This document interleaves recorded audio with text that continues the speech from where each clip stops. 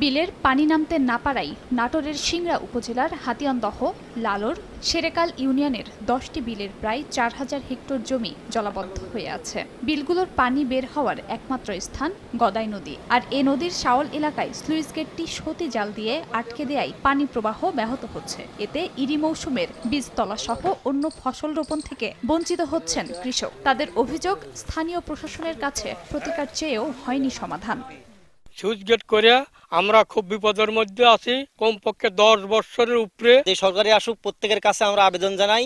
আমাদের এই জিনিসটা কেউ দেখে না, সমাধান করে দেয় না। ইরির আবাদ ছাড়া কোনো আবাদ হচ্ছে না, বিলে পানি বাড়ানোর মতন কোনো পরিস্থিতি নাই। লিজ গ্রহণকারী মাছ ব্যবসায়ীরা বলছেন, বেশি স্রোতে মাছ ধরা সম্ভব না, তাই পানি নামার গতি ধীর করা হয়েছে। আর লিজ প্রদানকারীদের দাবি, পানির নিচে থাকা খালটি সহ নদীপাড়ের জায়গা তাদের পূর্বপুরুষদের। বিল রক্ষণাবেক্ষণের কমিটি আছে, সভাপতি, সেক্রেটারি আছেন, তাদের কাছ থেকে এই জলাটা ডেকে নিছি। নেওয়ার পরে এই বিলের পানি জাল দিয়ে মাছ মারার জন্য আমি বের করতেছি। মসজিদের নামে আমাদের দাদারা দিয়ে যায়, আর পানি নিষ্কাশনের জন্য বিলের মধ্যে জলাবদ্ধতা থাকে, পানি বদ্ধ থাকে, আবাদ হতো না।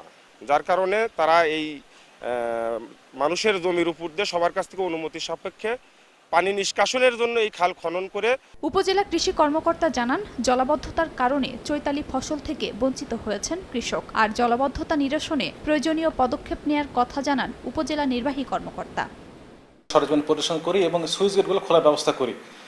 তো আমরা আশা করছি যদি সুইচ গেট নিয়মিত খোলা থাকে তাহলে আগামী কয়েকদিনের মধ্যে সম্পূর্ণ পানিটা নেমে যাবে। পানি যাতে খুব দ্রুত নেমে যায় সেই ব্যবস্থা করে খুলে দিয়ে আমরা চেষ্টা করব কৃষক যেন খুব দ্রুত মাঠে চাষ করতে পারেন। গদাই নদীর মিনি স্লুইস গেটের পানি বের হওয়ার স্থানটি ৬,৫৭,০০০ টাকায় লিজ প্রদান করা হয়।